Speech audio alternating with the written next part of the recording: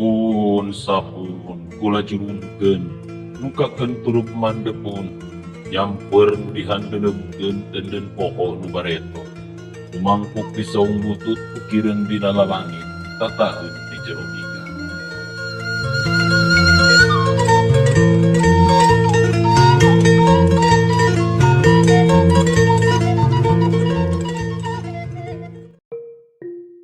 Uga Wangsit Siliwangi merupakan salah satu peninggalan budaya dan tradisi lisan Sunda yang syarat akan makna dan simbol.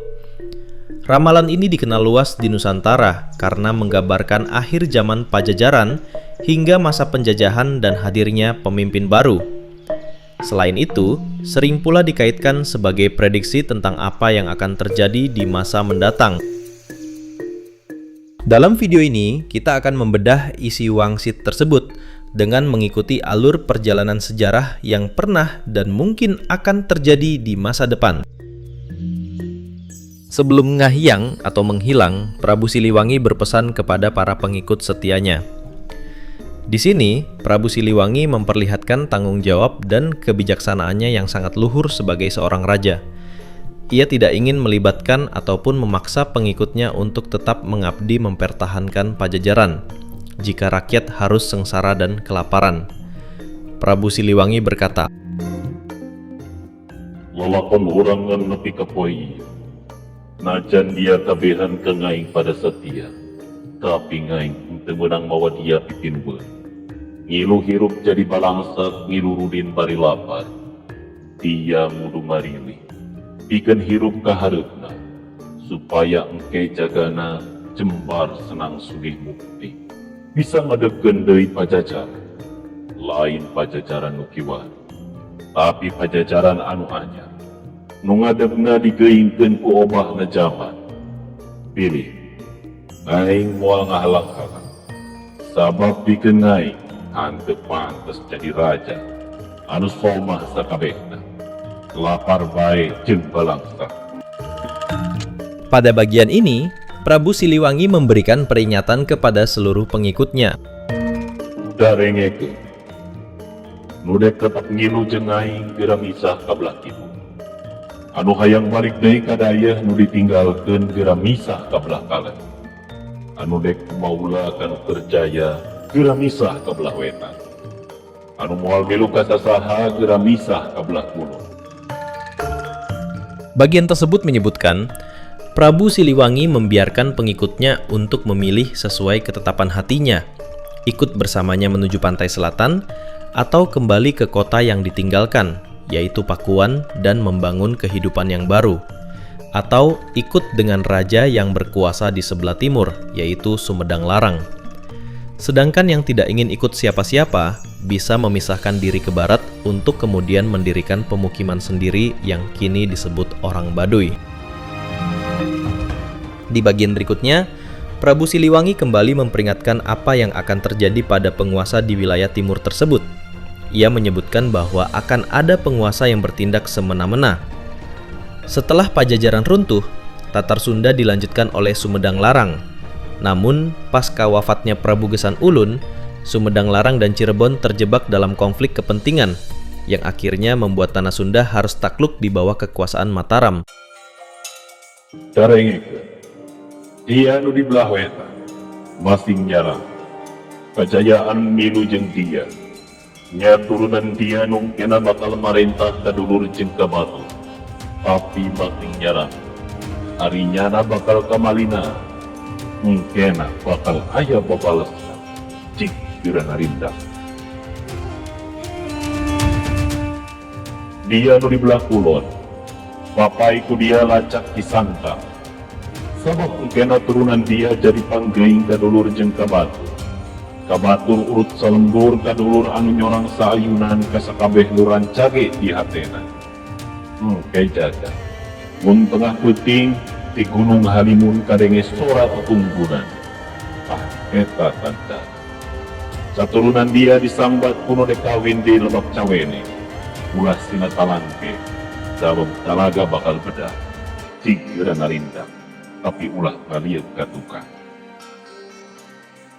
Bagian berikutnya menyebut tentang Daye Pakuan yang hilang dan menjadi wilayah tak berpenghuni. Dan peringatan agar waspada terhadap tamu jauh yang akan datang, yaitu orang luar yang akan menjajah negeri ini. Dia numarisah kabelah kaler, carengeke. Daya kudia moal kasampah. Luka sampakan ukur tegal baladal. Turunan dia, lolobana bakal jadi soma. Mun aya nu jadi pangkat, tapi moal boga kakawasan. Harinya nang kejaga, bakal kasendehan batu. Loba batur tinu anggang, tapi batur anu nyusahkeun, sing waspada. Sakameh turunan dia kungaing bakal dilanglang, tapi ingat di waktu anu perlu. Aing bakal datang deui tulungan nu baru, bantuan anu sarusa, tapi nganu hade lagu lampahna. Mun ngaing datang moal kadeuleu, mun ngaing nyarita moal kadeu, memang aing bakal datang tapi ngan kanuran cage kabeh. Kanu weruh di semua anu saestu, anu ngarti kana wangi anu sajati jeung surti langit pikirna. Nu hade lagu lampahna, mun ngaing datang teu ngarupa teu nyawa, tapi mere cerek wawangi. Pada baris berikutnya, disebutkan tentang Pajajaran yang sudah menghilang, serta datangnya era kolonial yang dimulai dengan kedatangan VOC dan penjajahan Belanda hingga masa pendudukan Jepang, lalu berlanjut sampai Nusantara dipimpin oleh beberapa presiden yang berkuasa. Di mimiti poe ieu, Pajajaran leungit di alam hirup. Leungit dayeuna, leungit nagarana. Pajajaran moal ninggalkeun tapak. Jabat tina ngarantikeun umapai. Sabab bukti anu kari bakal rea anu malungkir. Tapi engke jaga, bakal aya anu nyoba-nyoba supaya anu laleungit kapanggih deui. Nya bisa, ngan mapaina kudu make amparan. Tapi anu marapaina loba anu ari aing pangpinterna, mudu aredan heula. Engke bakal rea anu kapanggih, sabagian-sabagian. Anu kaburu dilarang kudu disebut raja penyelang. Aya nu wani ngorehan terus-terus ngahiding ka panglarang. Ngorehan bari ngalawan sabari seuri. Nyaeta budak Angon. Imahna dibirit dewi pantona batu satangtungeun. Kahieuman ku handeuleun karimbunan ku hanjuang. Ari ngangona lain kebo lain embe. Lain meong lain banteng. Tapi kalakai jeung tutunggul. Inyana jongjon ngorehan ngumpulkeun anu kapanggih. Sabagian disumputkeun, sabab acan wayah ngalaklakonkeun. Engke mun geus wayah jeung mangsana, baris loba anu kabuka jeung rareang menta dilalakonkeun. Tapi mudu ngalaman loba lalakon. Anggeus nyorang undur zaman datang zaman, sabab zaman mawa lalakon. Lilana saban zaman sarua jeung waktuna nyukma, usumah jeung nitis. Laju nitis dipindah sukma. Dari bait tersebut, digambarkan bahwa sosok budak Angon adalah sosok yang misterius dan tersembunyi. Apa yang dilakukannya bukanlah seperti seorang penggembala pada umumnya, akan tetapi terus berjalan mencari hakikat jawaban dan mengumpulkan apa yang menurut orang lain dianggap sudah tidak berguna atau bermanfaat. Selanjutnya, dimulailah masa penjajahan Belanda dengan membentuk negara kolonial yang bernama Hindia Belanda. Di negeri ini, raja-raja harus tunduk kepada mereka. Namun pada waktu itu, rakyat masih belum sadar telah dimanfaatkan, karena sudah merasa nyaman dengan mereka. Derengeke. Nukiwari ngamusuhan urang, jara dirajada ngan bakal nepi mangsa tanah bugel sisi Cibantaeun, ijieun kandang kabodongkong. Tah, didinya, sanagara bakal jadi sampalan. Sampalan kebo barule, nu diangon ku jalma jangkung nu tutunjuk di alun-alun. Di harita, raja-raja dibelenggu, kebo bule nyekel bubuntut, turunan urang narik waluku. Ngan narikna henteu karasa, sabab murah zaman sebeuhakan. Lalu masa berganti, Era kolonial Belanda kemudian digantikan dengan kedatangan Jepang yang menguasai keadaan. Disitulah rakyat mulai tersadar dan mulai melakukan perlawanan meski secara sembunyi-sembunyi. Tidinya, walaupun ditumpakan kunyu, laju turunan urang aya nu lilir, tapi lilirna cara nu kada udang tina ngimpi. Tinula leungit tambah loba nu manggihna, tapi loba nu pahili. Aya tabawa nu lain mudu diala. Turunan urang loba nu henteu eungeut, yen jaman ganti lalakon. Tidinya, geger sanagara. Panto nutup di buburan kuno ngaranteur pamuka jalan, tapi jalan nu pasing salah.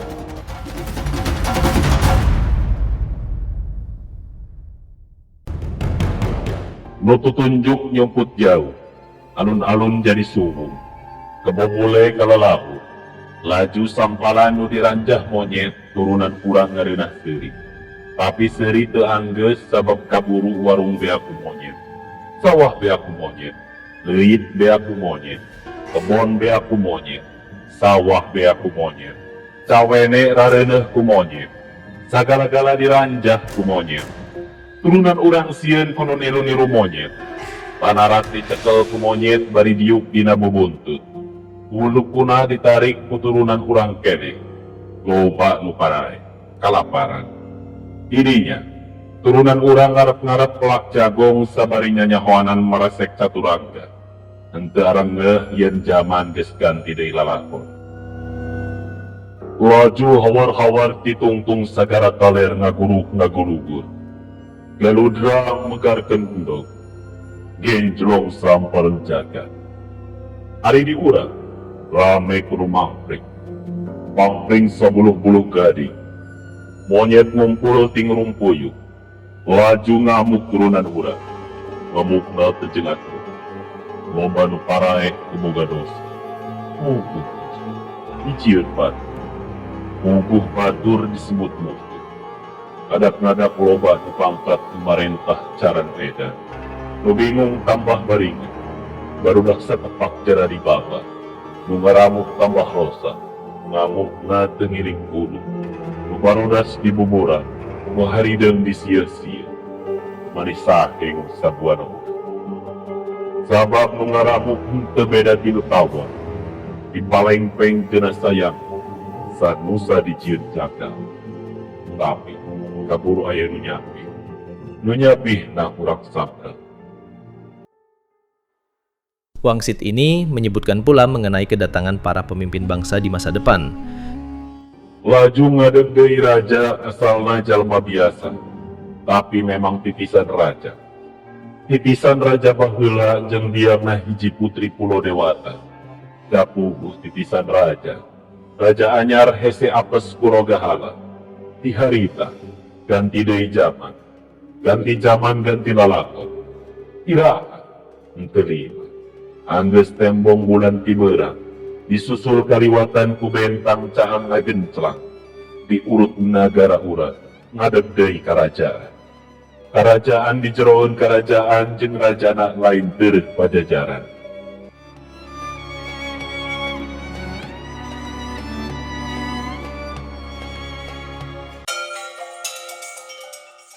Baris-baris selanjutnya memberitakan mengenai perilaku para pemimpin bangsa, termasuk juga kedatangan Sang Ratu Adil dan Budak Angon yang diyakini akan membawa kesejahteraan untuk rakyatnya. Laju aya deui raja, tapi raja buta, nu ngadegkeun lawang teu beunang dibuka.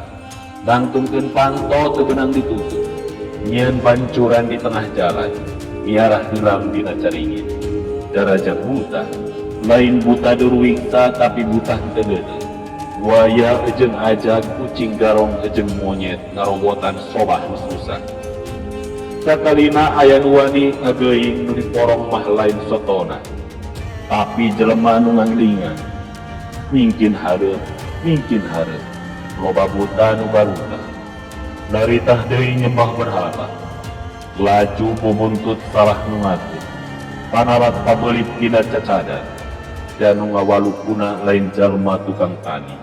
Nya karuhan, tarate hepe sawade, kembang kapas hapa buahna, buah pare, loba nu teu asup kana aseupan. Dabongana nu ngebona tukang baroho, nu tanina ngan ngumpul janji, nu palintar loba teuing ngan pinterna kabalikan.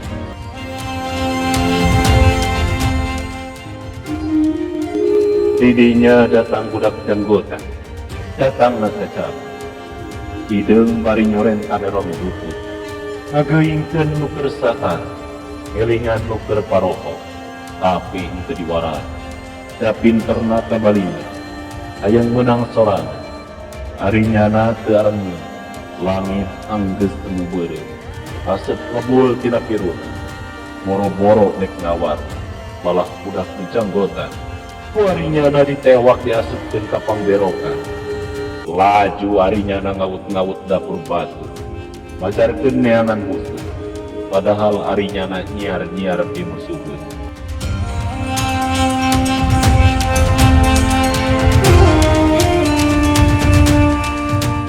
Ting waspada, sabab engke arinyana bakal nyaram pajajaran didongengkeun.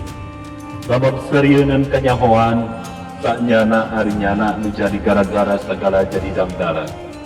Buta-buta nu baruta mungkin hareup mungkin bergong, ngalewihan kebobule. Arinyana teu nyaraho zaman manusia di kawasaan pusato.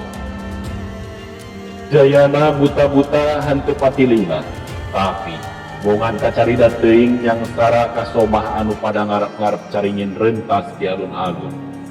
Buta bakal jara di wadal pemolahna sorangan, iraha mangsana. Engke, mun geus tembong budak angon, tidinya loba nu ribut, di dapur laju salembur, di lembur jadi sanagara. Nu barodo jara dikelo parantuan nu ngagagareleuh. Di kokolotan ku budak kunci deui, matakna gareleuh, marebutkeun warisan. Nu hawek hayang loba, nu boga hak marenta bagianana.